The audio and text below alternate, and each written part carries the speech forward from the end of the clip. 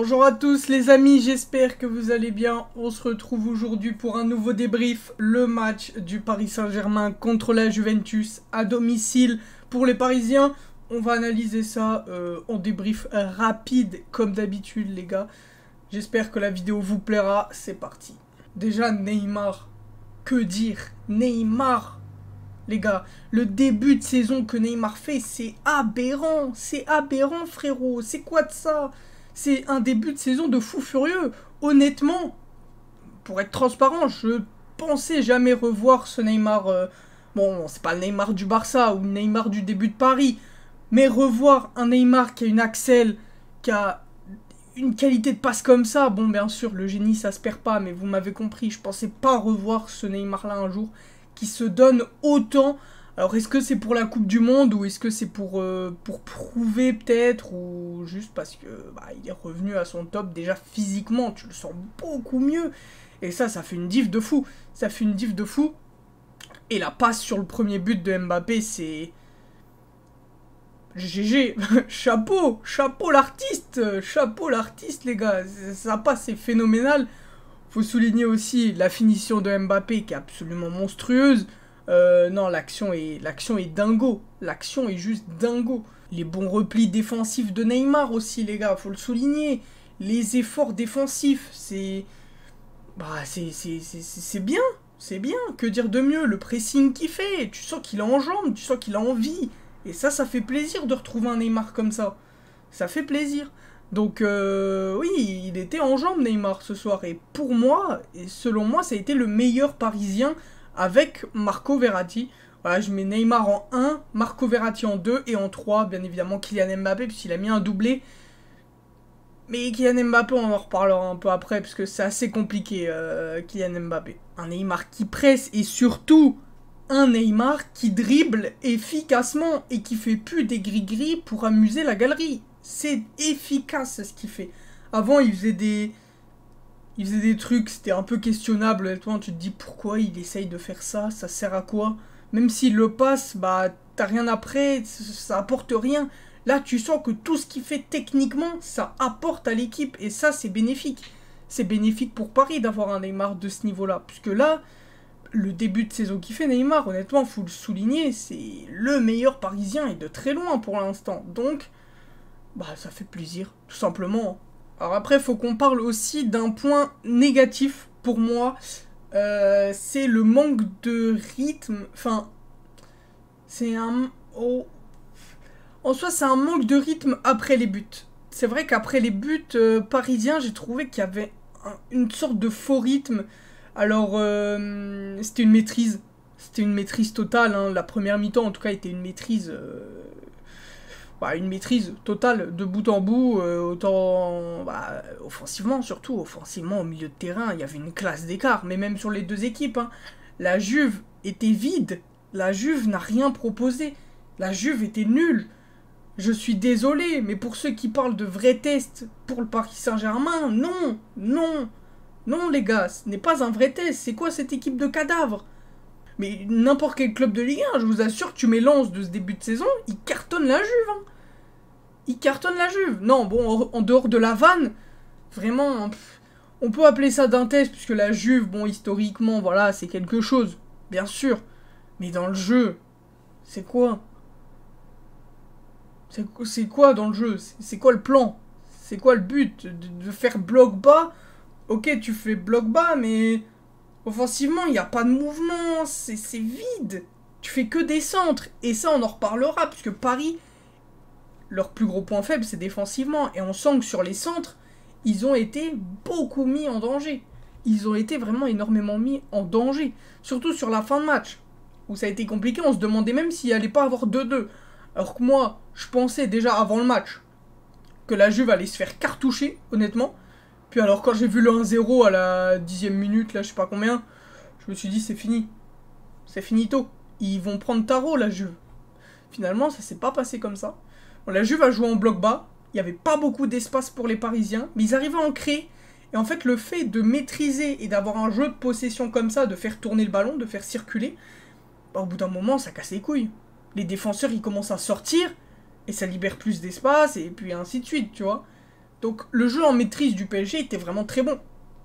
Était vraiment très bon. Après, maintenant, en bloc bas, ils ont maîtrisé, puisque la Juve n'a rien proposé niveau pressing, etc.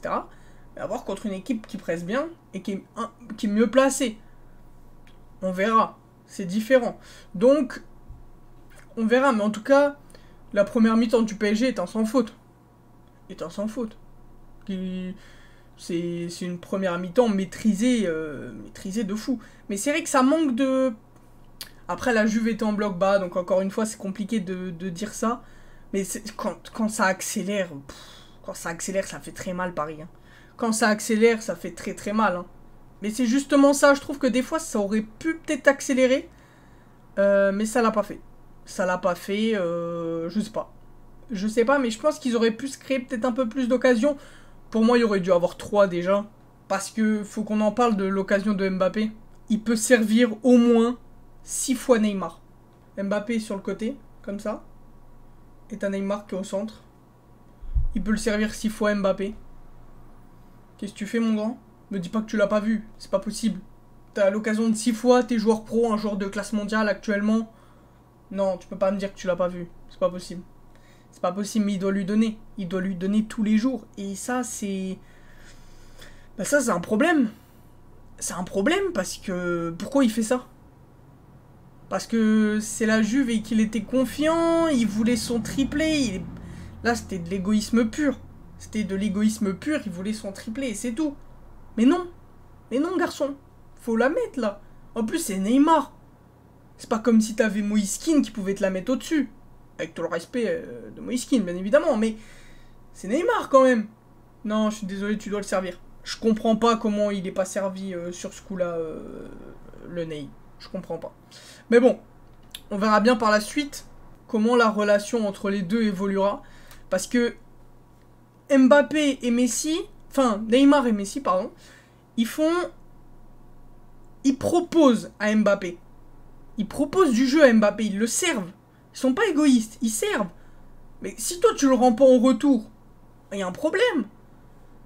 Les autres, ils se mettent au service de toi, mais toi tu te mets pas au service des autres. Ça peut pas coller. Ça peut pas coller. Désolé, mais ça peut pas coller. Bon, aussi, ce que je tiens à souligner, c'est la constance du PSG. Le PSG est inconstant sur une rencontre de 90 minutes. Et ça peut faire peur par la suite, bien sûr. Ça peut faire peur, parce que c'était une Juve vide en face. Et t'as pas réussi à être constant. Alors bien sûr, dans beaucoup de matchs, tu seras pas constant. T'as beau jouer Toulouse, avec tout le respect pour Toulouse, mais tu seras peut-être pas constant.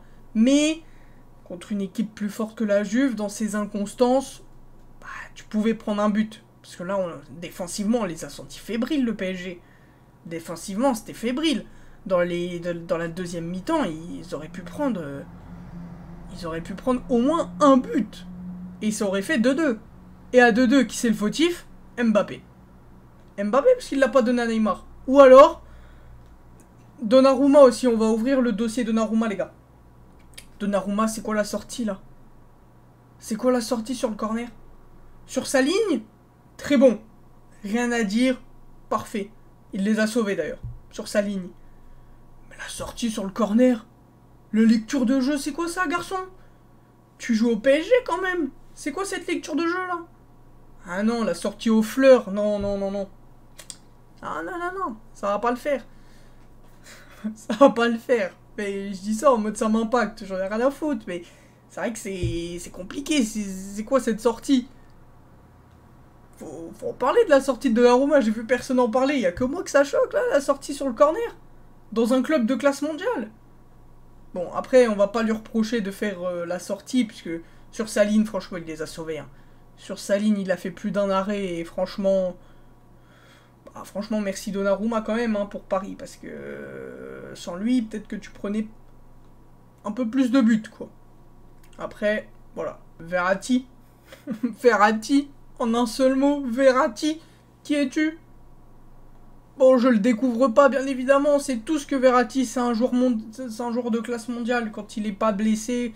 Oui, forcément, quand il est blessé, il peut pas jouer. Mais quand il est au top niveau, physiquement... Mais Verratti...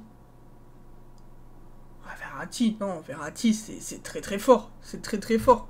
Verratti, c'est incroyable le match qu'il a fait. Hein. C'est incroyable le match qu'il a fait. Hein. Et tu l'enlèves au milieu de terrain, le PSG, c'est plus le même. Hein. C'est plus le même du tout. Hein. C'est vraiment plus le même. Donc j'espère pour les Parisiens qu'il va pas se blesser. Parce que si ce mec-là se blesse, les gars, vous êtes dans la merde. Hein. Vous êtes dans la merde, moi je vous le dis. Hein. Vitinha, encore une fois, qui a été vraiment, vraiment très très bon. Et puis défensivement, c'est vrai qu'on peut revenir. Hein. Mais ça inspire pas la confiance. Ça inspire pas la confiance. Il va falloir recruter un DC de classe mondiale. Là.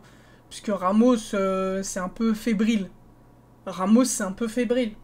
Ça fait mal de dire ça de Ramos, mais c'est vrai. C'est dans le jeu au pied, tu sens qu'il peut t'envoyer des belles passes, etc. Dans le jeu avec ballon, il est pas mauvais, mais c'est un défenseur. Tu l'attends pas dans le jeu avec ballon. Tu l'attends dans le jeu sans ballon. Et dans le jeu sans ballon, c'est vrai que c'était moyen. C'était très moyen. Bon, on verra ce que le PSG décide de faire, s'il décide de rester avec cette charnière-là ou pas. Donc, on verra bien. Surtout que c'était fébrile défensivement, mais encore une fois, contre une Juve qui était pas très très bon. Qui était pas très très bon. Et c'est pas la première fois que je le dis, mais si t'as un Vinicius sur le côté de Ramos, bah t'as beau avoir Hakimi, Hakimi faire ça tout le temps, contre Vini, je sais pas s'il tiendra quoi. Même si Hakimi est très très bon. Mais Ramos, c'est un peu moins le cas. Donc encore une fois, on verra bien ce que ça donnera en huitième.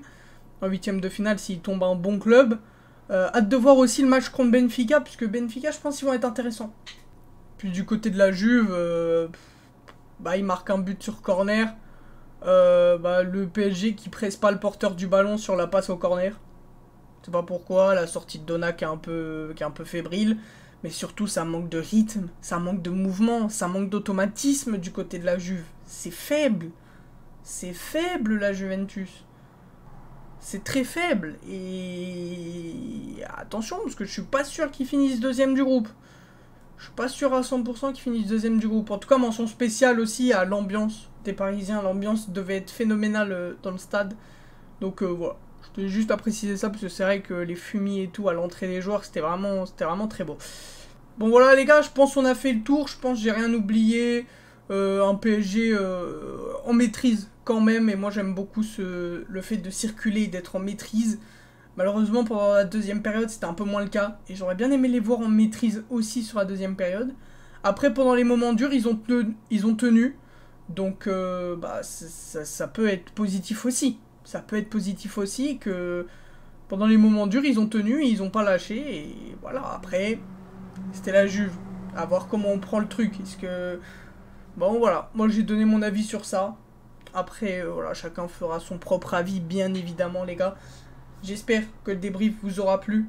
On se retrouve demain, peut-être, pour un débrief de Lyon, de Lorient-Lyon. Voilà.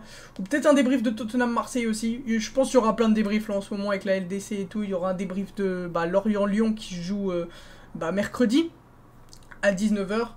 Et Tottenham-Marseille qui joue mercredi mais à 21 h. Voilà, je pense qu'il y aura ces deux débriefs là. Marseille, je sais pas, on verra bien. Mais en tout cas, Lyon, c'est sûr, comme d'habitude. On se retrouve pour les matchs du week-end aussi. Monaco-Lyon, voilà, qui va être très très intéressant. Peut-être un Marseille-Lille aussi. Peut-être un Paris-Brest. Oh, joli. Non, mais voilà. Plein de débriefs en ce moment, les gars. Il y a une vidéo sur mes pronostics des groupes de la LDC qui va bientôt sortir. Voilà, n'hésitez pas à la regarder, ça me ferait extrêmement plaisir. Prenez soin de vous, les gars. Des bisous. Bye tout le monde.